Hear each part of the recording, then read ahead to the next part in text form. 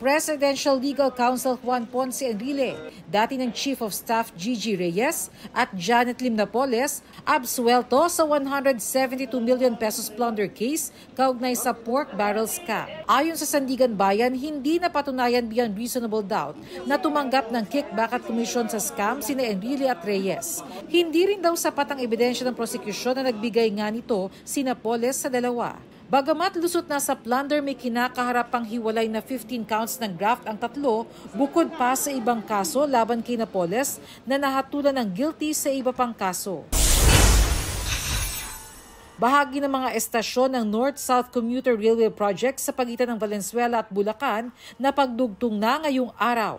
Pagdudugtungin ng North-South Commuter Railway ang Clark at Calambas sa Laguna. Target itong maging partially operational sa 2028. Bernadette Reyes, nagbabalita para sa GMA Integrated News.